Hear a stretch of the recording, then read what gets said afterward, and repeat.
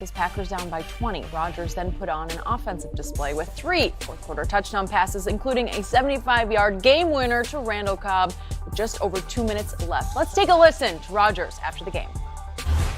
Playing behind Brett Favre for 3 years, you realize you got to be tough to play this position.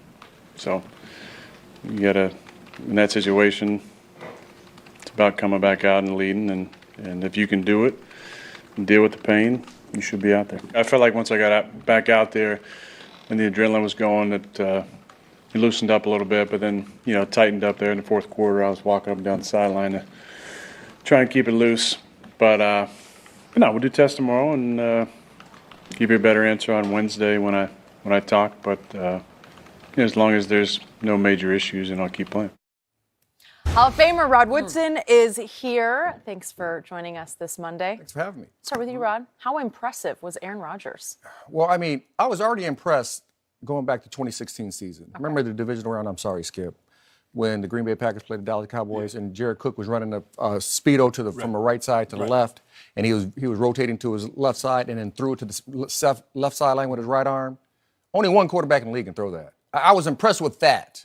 Okay. But then you come back. Open, Rod. He was just standing on the sidelines. Nobody was within 5 yards. Oh, it was several guys there. The sideline was there. The sideline's undefeated. Yeah. In the National Football League, the sideline's undefeated. No, but they're playing prevent. Go ahead. Just go ahead. Go ahead. But then anyway, I can't help myself. I know he's a Star fan. I got it. But then you go, you think about what he did last night, and he had every reason not to come back out. Mm-hmm. And one big reason was 52, Khalil Mack. Yeah. He was giving him heck and havoc in the first half. And then the one thing I love about great players, Shannon, great players can overcome bad obstacles. And they can play with it outside of their comfort zone. Mm-hmm. That's the key. You're going to get hurt. You're going to get dinged up. This guy came in, dinged up, hurt, couldn't throw, couldn't plant on his front leg. So he was throwing off his back foot the whole night. And in the fourth quarter, he's throwing dimes. Dimes. Just dimes. Like Kevin Love, point guard. Dropping dimes. So, it's, to me, he solidified what I already thought and already knew, that this is the best quarterback in the National Football League. Really? Better than Tom Brady, says Rodgers. Did he just say it? Yes. Hall of Famer, gold jacket. Hall of Famer, gold jacket. I'll take Brady every Sunday, and I'll beat you every Sunday with Tom Brady, but go ahead. So you got 2 Hall of Famers and a blue jacket. Yeah. Oh, you said the same thing? Yeah. There we go. That's what I'm talking about. That's what I'm talking about. Blue jacket? Yeah, you got a blue. Oh, you mean I'm a blue jacket? I thought you had some weird blue jacket. No, you got a blue jacket. I'm in my own Hall of Fame. Oh, okay. He had to be perfect. And he had to be perfect when he wasn't at his absolute best. Because now they took him and they made him say, no, you will not have mobility. You will not be able to create plays outside of the pocket. You must stand in this phone booth and throw the ball from here. And he did that. There are very few guys that if you take away one of the things that makes them great and you take that away from him and say, beat me with it's like a pitcher. If he's a fast, make a Aroldis Chapman beat you with something other than that 104-mile-an-hour fastball. That's what they did. They took that away. They took his legs because what separates him, Skip, is his ability to throw the ball accurately off either foot outside of the pocket. He can do that better than anybody. He can make throws that only he can make. But every other quarterback in the league, he can make their throws. But they can't make his throws. Skip, he had to be great. There was no reason for the Packers to win this game other than Aaron Rodgers' excellence. And you keep talking about, run after the catch. Well, that's how most quarterbacks make their living. They're not throwing bombs. They're Tom Brady. He's dumping it to the back. He's dumping it to Gronk or Edelman or whomever, and they're getting yards after the catch. I don't know. Ryan Fitzpatrick made his living throwing bombs. Oh, yeah, but one day. One day. That doesn't normally happens like that. It's just like, how far can I throw this and who's going to run under it, right? Ryan Fitzpatrick and Aaron Rodgers' name don't even go together. Yeah, but Skip, I told, and Rod, you know this. I played with John Elway, and I knew if we were close to you in the fourth quarter, no matter how bad we played up until that point, Skip, just get him to the fourth quarter with a chance. That's all we needed. We down 10. Oh, we got you. You should have put us away in the first half. You didn't. Oh, Sam's going to bring us back. And that's what they got with that guy, number 12, Green Bay. So, I say enough of this over-the-top myth-making about this legendary performance from one Aaron Rodgers, because I wasn't all that impressed because of the competition and what happened to the competition in the second half.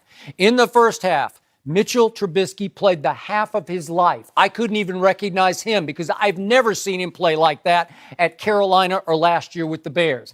I don't love him. I don't think they're going to love him long term, but he had a night to remember in the first half. Then Shannon Sharp, what happened in the second half? He didn't play particularly They got well. to him. He threw for a grand total of 62 yards and put a grand total of 6 points. I think they got on the conservative, scoreboard. Skip. Okay, all right. That happens on the road at Lambeau, arch rival. And I'm sure they were shell-shocked by the return of one Aaron Rodgers. But Khalil Mack had a half for the ages in the first half. He terrorized Brian Bulaga. He was all over first Aaron Rodgers, then DeShone Kizer. And what happened in the second half? Nothing happened. He disappeared because he ran out of gas. But he ran out of gas because the Green Bay Packers had a game plan, and their game plan was to change it. They went to the speed package on the offensive side, and that takes away that takes away the pass rush. They were speeding up the tempo. But Brian Bulaga mostly took him single coverage, and he kicked his behind in the second half. And that was what was most impressive to me because he got embarrassed in the first half by a guy that we all consider the best pass rusher in football. And you know him pretty well. But here's the thing, I tell you what, wait till they go to Chicago and Khalil has his football legs. I know, he That's doesn't. the key. Okay. He doesn't have his football legs, and he's going to get. He was blown after the pick six. He was done. Yeah. But then when they went to the speed package, and you're trying to keep those legs and that energy that you had in the first quarter, you're just not going to have it. I so thought he was in going a to be couple limited. games. He he's played gonna be better. 70% of the snaps. They he played won. 42 snaps. That's You a give lot that of much money. football. They wanted him to be know. limited. Okay, but I when you got get a it. strip I got sack it. and a pick six, get back out there and see if you can get another one. So guess what? In the second half, the Chicago Bears had 0 sacks and 0 quarterback pressures. 0 and 0. That means Aaron Rodgers got to stand back there and say, Devontae or Randall or Geronimo. I'll try Geronimo. He had nothing but time. You know it, and I know it because I don't know where the Bears went. They quit tackling. They quit pressuring at all. And I got to go to the last, but I'm just going to mention it one more time. But on the play before the last play, Aaron made one bad decision, although his receiver got tangled and fell down. But he threw it right to Kyle Fuller, who's the best defensive back on the field for either team.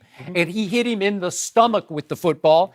You just have to catch it. He's had a little trouble catching the football in his career so far. For 4 years he's played. He was the 14th overall pick. If you're the 14th overall, you're a pretty high pick, right? Don't you But that's catch why that? he played DB. Okay. Yeah, if he He can catch played you, be a wide DB. receiver. Yeah, we can catch you. Yeah, Wide receiver. okay, all right. Most DBs can't catch. Okay, but you can catch. I play both ways. Okay. Going throughout. Okay. High school All right. through college, I play both ways. I Okay. knew I could catch. All right, but you have to catch it. And if you catch it, we're not having this conversation right now because the game is over. It happens sometimes. You remember in the Super Bowl, Skip, the one that Joe Montana won? He hit Louis Billups in the chest, and he dropped it. And the Okay. next play, guess what? John Taylor threw on the jet X slant for the game-winning touchdown. Well, and the luckiest play in the history of the Super Bowl game, the Eli, Right. remember he threw it. Sante Samuel had it on he the had it right in his sideline. hands. But it always happens. If you ever watch football, you see that a defensive player can make a play, and as soon as he doesn't make a play, it comes back to haunt the defense. Okay. In So- a big way. And Okay, it did so Rod again Woodson, last night. explain this to me. The play of the game, it's 3rd and 10 from the 25. This is do or die. Obviously, you get one more snap, one more shot. But on this play, I don't know what the Bears call because it looked like cover 6 to me, and it looked like they had Eddie Jackson, the safety, come up and take Randall Cobb in the slot. And guess what? Guess where Khalil Mack went? Guess where he went on the play? He's zone blitzed. He's backing off the line of scrimmage, as did the other defense. I had the exact same question, like, what was that defense? I've What never seen a is it? defense like that. I don't know if that was, it looked like he was a middle-high safety. Looked like it was cover 3, middle-high safety, and he comes in. And some teams they will have this rule where if he runs a speedo or crossing, the deep safety takes it and the corner falls off. I'm not really sure, but I just think that's fundamentally flawed, and a lot of bad things can happen, as is last night. Yeah, and I give Aaron credit because he waited and he sort of drifted a little bit to his left, and then Randall Cobb, because they got great chemistry and rapport because they've been together for a while, he stops and uncovers a little bit back, and Eddie Jackson overruns it and then loses his feet. He tried to get his hands on the ball. It's just bad idea on top of bad idea on top, bad idea, and nobody's home. Nobody's left. Yeah. And he's off to the races, and guess who had the best chance of catching him? Khalil Mack, because he's zone blitz. He's dropped back into coverage. If I know a quarterback is wounded, I'm going to heat him up. I'm going to make him move. I know he's not going anywhere. You play cover 5, you play something where you can get some pressure on him. But you can't let him sit back there and just pat the ball because guys are going to play backyard football. They'll uncover on you. And I don't care who you have in your secondary. You let guys start running around, he runs over here, stop, slide back. That's what you're going to get. Okay. But if you think about Vic Fangio, the defense coordinator, who is a really good defense coordinator in the National Football League, it's just not his wheelhouse. He's not a blitzing type guy. He's a cover 4. He's a quarters guy. He stays in that wheelhouse. But when you're right, man, when you have a wounded dog on the backside of that, you go after him. Okay. You go and get what that does guy. the great Shannon Sharp always tell me about injuries? If you can step onto that football field, no excuses, right? So I don't want to hear he's playing on one leg because he said the doctors completely cleared him. There was no chance, according to his doctor, that he could hurt it anymore. So it was either completely torn and he's got a ruptured ACL and played with it, or he's pretty good to go. Like they consider it maybe like a mild sprain, like a low grade sprain. But here's the thing, Skip. But when you're out there, all they see is Aaron Rodgers. People forgot that he got his knee hurt and he got carted off. They don't care anything about that. They see the quarterback for the Green Bay Packers. Who most people watching on TV, that's all they thought about. But the fans don't care. All they see is Rodgers, and you're supposed to deliver us. Plus, you just got 134. All I heard was he played on one leg. He did. That's all I hear about. But guess what, Skip? They say for $134 million, you're getting $80 million between now and St. Patrick's Day. You better bring us home for $80 million. All I'm thinking about is if he still is playing on one leg against the Vikings next weekend, and that would be fine with me. I guarantee you they heat him up. What you want to bet they'll heat him up? Zim will do that.